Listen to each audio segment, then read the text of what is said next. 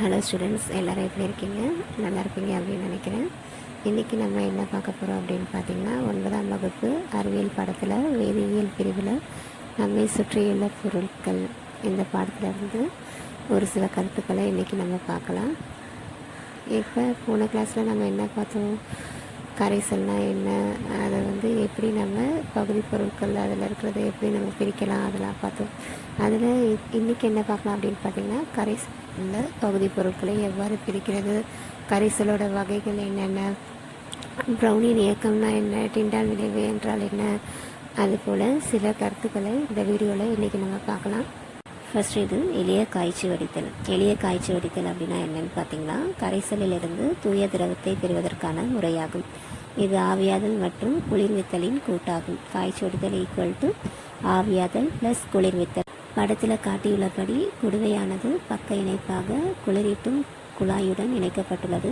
அதன் அடியில் தூய நீர் சேகரிப்பதற்காக இன்னொரு கோனிக்கல் ஃப்ளாஸ்க் இருக்குது, பார்த்துக்கோங்க.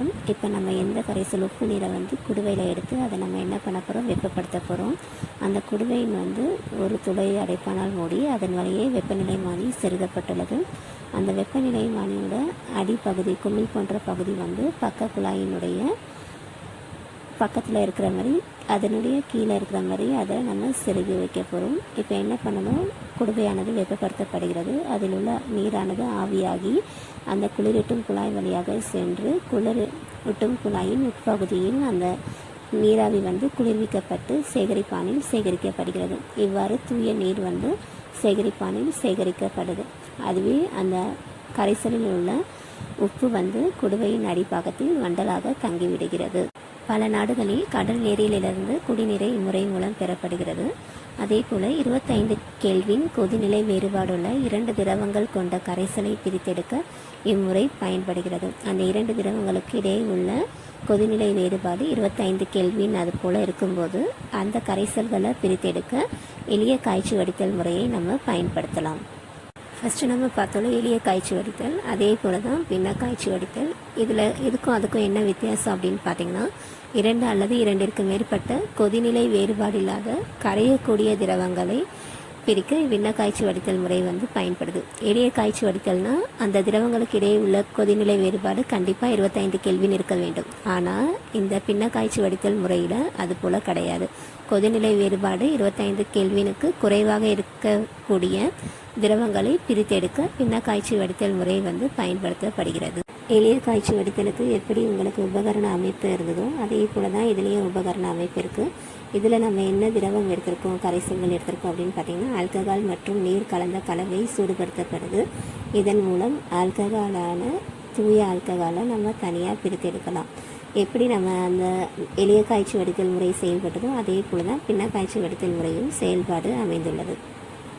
இந்த பின்ன காய்ச்சி வடித்தல் எங்கெல்லாம் பயன்படுது அப்படின்னு பார்த்தீங்கன்னா, பெட்ரோலிய வேதி தொழிற்சாலையில் பெட்ரோலிய பின்னங்களை பிரிக்கவும், காற்றிலிருந்து வாயுக்களை பிரிக்கவும், மெத்தில் ஆல்கஹால் மற்றும் எத்தில் ஆல்கஹால் ஆகியவற்றை பிரித்தெடுக்கவும் இந்த முறை பயன்படுத்தப்படுகிறது.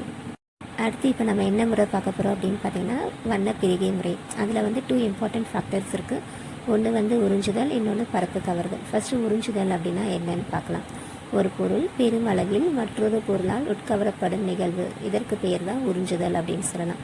எக்ஸாம்பிள் பாருங்கள், நீரில் துவைக்கப்பட்ட காகிதம். அந்த காகிதம் உறிஞ்சியாக செயல்பட்டு நீரை நல்லா உறிஞ்சு கொள்ளுது.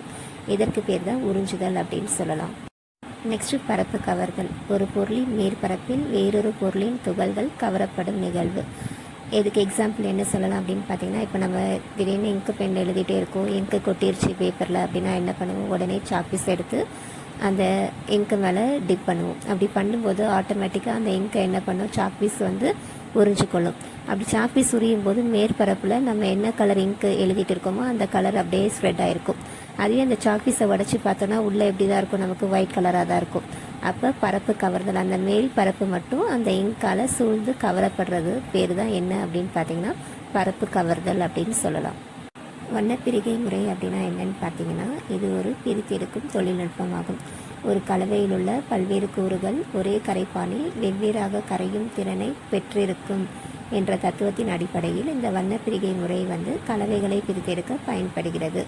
நம்ம இந்த பாடத்தில் என்ன பார்க்க போகிறோம் அப்படின்னு பார்த்தீங்கன்னா, தாள் வண்ண பிரிகை முறை வந்து பார்க்க போகிறோம். இந்த தாள் வண்ண பிரிகை முறை அப்படிங்கிறது மிகவும் எளிமையான முறையாகும். தாள் வண்ண பிரிகை முறையில் ஃபஸ்ட்டு என்ன பண்ண போகிறோம் அப்படின்னு பார்த்தீங்கன்னா, எழுதும் மையில் உள்ள பல்வேறு நிறமுள்ள சாயங்களை பிரித்தெடுக்க ஒரு வண்ண பிரிகை தாளில் ஒரு துளி எழுதும் மை இடப்படுகிறது. என்ன கலர் வேணால் எடுத்துக்கலாம். இப்போ நம்ம என்ன கலர் எடுத்திருக்கோம் அப்படின்னு பார்த்தீங்கன்னா, கருப்பு கலர் மை வந்து எடுத்திருக்கோம். இந்த தாள் வந்து தகுந்த கரைப்பானில் வைக்கப்படும் போது கருப்பு நிற மை அதன் பகுதி சாயங்களாக பிரிகிறது. மேலும் தாளின் மீது கரைப்பான் மேலேறும்போது சாயங்கள் அதனுடன் எடுத்து செல்லப்பட்டு பிரிகை அடைகின்றன. அது எப்படி பிரிகை அடையுது அப்படிங்கிறத பின்வரும் படத்தின் மூலம் விளக்கலாம். இங்கே பாருங்கள், இந்த இதில் வந்து தகுந்த கரைப்பானில் ஒரு வண்ணப்பிரிகை தாளில் நம்ம கருப்பு மையிட்டு அந்த கரைப்பானில் வச்சுருக்கோம். சாயங்கள் வந்து கரைப்பானில் வெவ்வேறு கரையும் தன்மை கொண்டுள்ளதால் அதனுடைய பகுதி நிறங்கள் வந்து வெவ்வேறு பரப்புக்கு எல்லைக்குட்பட்டு பிரிகை அடைகிறத பார்க்கலாம். அப்போ அந்த கருப்பு நிற மை வந்து பார்த்திங்கன்னா 3 நிறங்களில் பிரிகை அடைந்திருக்கு. இதன் மூலம் வண்ணப்பிரிகை தாள் வண்ணப்பிரிகை முறையின் மூலம் அந்த கருப்பு நிற மையில் உள்ள பகுதி நிறங்கள் எவ்வாறு பிரிகை அடைகிறது அப்படிங்கிறத நம்ம இந்த வரைபடத்தின் மூலம் தெளிவாக விளக்க முடியும். கரைசல் அப்படின்னா என்னன்னு பார்த்தீங்கன்னா, 2 அல்லது அதற்கு மேற்பட்ட தூய பொருட்கள் சேர்ந்த ஒரு படித்தான கலவையே கரைசல் ஆகும். கரைசலில் 2 வகையான பொருட்கள் காணப்படும். என்ன அப்படின்னு பார்த்தீங்கன்னா, ஒன்று கரைப்பொருள், இன்னொன்று கரைப்பான் அப்படின்னு சொல்லலாம். அந்த கரைசலில் எதனுடைய நிறை அதிகமாக இருக்கும், கரைப்பானினுடைய நிறை அதிகமாக காணப்படும், கரைப்பொருளினுடைய நிறை வந்து குறைவாக காணப்படும். இப்போ நம்ம கரைசல் எப்படி உருவாக்கலாம் அப்படின்னு பார்த்தீங்கன்னா, வீட்டில் நம்ம சுகர் இருக்கும், எல்லாருக்கிட்டையும் சர்க்கரை இருக்கும், தண்ணி வச்சுருப்போம். அப்போ தண்ணி அதிகமாக எடுத்துப்போம், சர்க்கரை வந்து குறைந்த அளவு எடுத்துருப்போம். அப்போ இந்த சர்க்கரையும் தண்ணியும் நமக்கு சேர்த்தா சர்க்கரை கரைசல் உருவாகும். அப்போ இதில் சர்க்கரை அப்படிங்கிறது கரைப்பொருள், அதுவே நீர் அப்படிங்கிறது கரைப்பான். அதே போல் உப்பையும் நீரையும் நம்ம எடுத்து உப்பு கரைசல் அப்படிங்கிறத உருவாக்கலாம். இதில் உப்பு அப்படிங்கிறது கரைப்பொருள், நீர் அப்படிங்கிறது கரைப்பான். அப்போ கரைப்பானினுடைய நிறை எப்போதுமே அதிகமாக காணப்படும், கரைப்பொருளினுடைய நிறை குறைவாக காணப்படும். பொருட்களில் உள்ள துகள்களின் அளவை பொறுத்து கரைசல்களை 3 வகைப்படுத்தலாம். ஒன்று வந்து உண்மை கரைசல், செகண்ட் ஒன் கூழ்ம கரைசல், தேர்ட் ஒன் தொங்கல் அப்படின்னு சொல்லலாம். இதை எப்படி விவரிக்கலாம் அப்படின்னு பார்த்தீங்கன்னா, உண்மை கரைசல், இப்போ நம்ம சர்க்கரையும் நீரும் கலந்தோன்னா அது நல்லா கரைப்பட்டு அந்த சர்க்கரை அப்படிங்கிறது நமக்கு தெரியாது. அதில் எந்த விதமான படிவங்களும் எதுவுமே காணப்படாது. அதற்கு பேர் என்ன அப்படின்னு பார்த்தீங்கன்னா உண்மை கரைசல் அப்படின்னு சொல்லலாம். அதுவே நீரோட ஸ்டார்ச்சை சேர்க்கும் போது அது எப்படி இருக்கும் அப்படின்னு பார்த்தீங்கன்னா, ஒரு மாதிரி மேகம் போன்ற அமைப்பில் காணப்படும், ஒரு மாதிரி க்ளவுடியாக இருக்கிற மாதிரி தெரியும். அப்போ அது வந்து என்ன அப்படின்னு பார்த்தீங்கன்னா கூழ்ம கரைசலுக்கு எடுத்துக்காட்டாக சொல்லலாம். அதுவே தொங்கல் அப்படின்னா என்னென்னு பார்த்தீங்கன்னா, இப்போ கோதுமை மாவு அதெல்லாம் பார்த்தீங்கன்னா தண்ணியோட கலக்கும் போது ஃபஸ்ட்டு கலந்து போன மாதிரி இருக்கும். கொஞ்ச நேரம் அப்படியே வச்சுட்டிங்கன்னா அந்த கோதுமை மாவு தண்ணீருக்கு அடியில் வீல் படிவம் அப்படியே தங்கி காணப்படும். இதற்கு பேர் தான் தொங்கல் அப்படின்னு சொல்லலாம். அப்போ இது 3த்துக்கும் உள்ள என்ன வேறுபாடு அப்படின்னு பார்த்தீங்கன்னா, அந்த துகள்களினுடைய அளவு தான் வேறுபாடாக இருக்குது.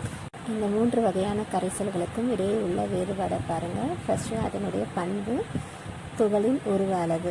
தொங்கல் கரைசலில் அந்த துகளினுடைய உருவ அளவு எப்பயுமே எப்படி இருக்கும், 100 நானோமீட்டரை விட அதிகமாக காணப்படும்.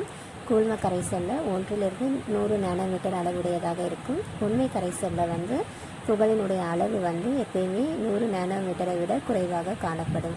அதுவே வடிகட்டி பிரித்தல் அப்படின்னு பார்த்தீங்கன்னா, தொங்கல் கரைசலை நம்மளால் வடிகட்டினா தனியாக பிரிக்க முடியும். அதுவே கூழ்ம கரைசலில் பிரிக்க முடியாது. உண்மை கரைசலையும் நம்மளால் என்ன பண்ண முடியாது, பிரிக்க இயலாது. துகள்கள் படிதல், தொங்கல் தானாகவே படியும். கூழ்ம கரைசலில் இருக்கிற துகள்களை மைய விலக்கம் செய்யும் போது அது தானாக படியும். உண்மை கரைசலில் அது போல் துகள்கள் வந்து படியாது. தோற்றம் எப்படி இருக்கும் அப்படின்னு பார்த்தீங்கன்னா, ஒளி உட்புகாததாக இருக்கும். கூழ்ம கரைசல் வந்து பகுதி ஒளி ஊடுருவக்கூடியதாக இருக்கும். உண்மை கரைசல் ஒளி ஊடுருவக்கூடியதாக இருக்கும். டிண்டால் விளைவு பார்த்திங்கன்னா தொங்கல்லையும் கூழ்ம கரைசல்லையும் காணப்படும், ஆனால் உண்மை கரைசலில் இருக்காது. துகள்கள் விரவுதல் பார்த்திங்கன்னா தொங்கலில் விரவாது, கூழ்ம கரைசலில் மெதுவாக விரவும். அதுவே உண்மை கரைசலில் வேகமாக விரவுகிறது.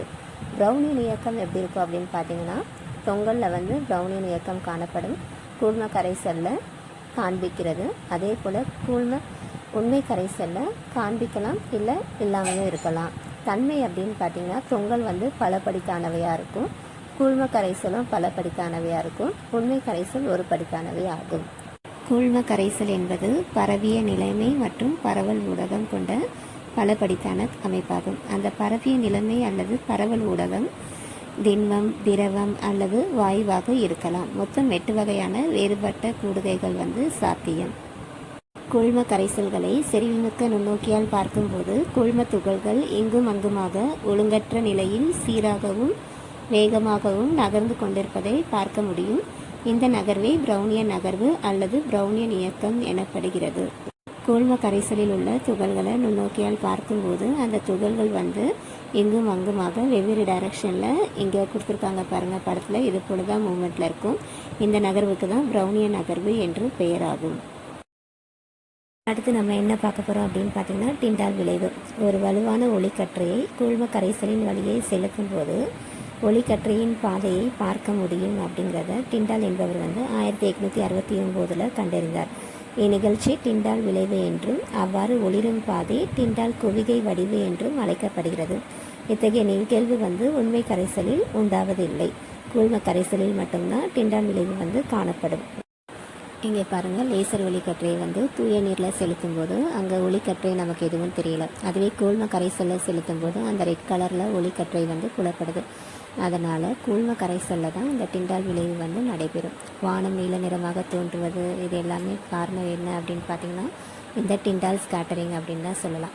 நெக்ஸ்ட்டு நம்ம என்ன பார்க்க போகிறோம் அப்படின்னு பார்த்திங்கன்னா பால்மம். பால்மம் என்பது ஒன்றுடன் ஒன்று கலவாத 2 திரவங்களை சேர்ப்பதினால் உருவாகும் ஒரு சிறப்பு வகையான கலவையாகும். திரவ கலவை பால்மமாக மாறக்கூடிய நிகழ்வு பால்மமாக்கல் எனப்படுது. எடுத்துக்காட்டு என்ன சொல்லலாம் அப்படின்னு பார்த்தீங்கன்னா பால், வெண்ணெய், முகப்பூச்சு, பெயிண்ட்டு இது எல்லாமே பால்மத்திற்கு எடுத்துக்காட்டாக சொல்லலாம். அடுத்து நம்ம என்ன பார்க்கலாம் அப்படின்னு பார்த்தீங்கன்னா பால்மங்களின் வகைகள். 2 திரவங்கள் கலந்து வெவ்வேறு வகையான பால்மங்களை உருவாக்குகின்றன. எண்ணெய் மற்றும் நீர் இரண்டையும் சேர்த்து எண்ணெயில் நீர் அல்லது நீரில் எண்ணெய் அப்படிங்கிற பால்மத்தை உருவாக்கலாம். அப்படின்னா என்ன அர்த்தம்னா எண்ணெயினுடைய பரப்பில் நீர் துளிகள் காணப்படுறது, இல்லை நீரினுடைய பரப்பில் எண்ணெய் துளிகள் காணப்படுறது. இந்த பால்மங்கள் எங்கெல்லாம் பயன்படுது அப்படின்னு பார்த்திங்கன்னா உணவு பதப்படுத்தும் முறை, மருந்துகள் மற்றும் உலோகவியல், அது மட்டும் இல்லாமல் பல முக்கியமான தொழிற்சாலைகளையும் இந்த பால்மங்கள் அதிக அளவு பயன்படுத்தப்படுகின்றன. இதில் உங்களுக்கு என்ன ஹோம்ஒர்க் அப்படின்னு பார்த்தீங்கன்னா டிண்டால் விளைவு மற்றும் பிரவுனியன் இயக்கம் ஆகியவற்றை தகுந்த வரைபடத்துடன் விளக்குக. இதற்கான விடையை எழுதி அனுப்புங்க. இந்த வீடியோவோட இந்த லெசன் கம்ப்ளீட் ஆயிடுச்சு. அடுத்த வீடியோவில் நம்ம நெக்ஸ்ட் லெசனில் பார்க்கலாம். Thank you students.